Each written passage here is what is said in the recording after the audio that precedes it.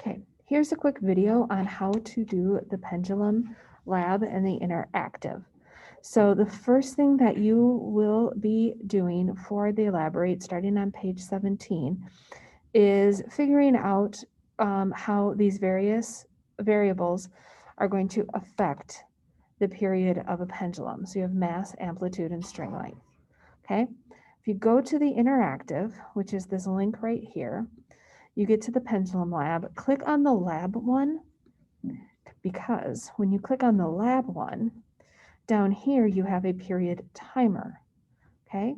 And so you pull back the string to a certain length and you let it go. When you press play, it will time for exactly one period. So you don't have to figure out when to start it, when to stop it. There's no mistakes, and it makes this lab way easier. So again, the period timer. And then also up here is where you vary the string length, where you have the string mass, where you can change the gravity. I don't feel you need to change the friction, so please don't. And that's my little tip for getting this lab done.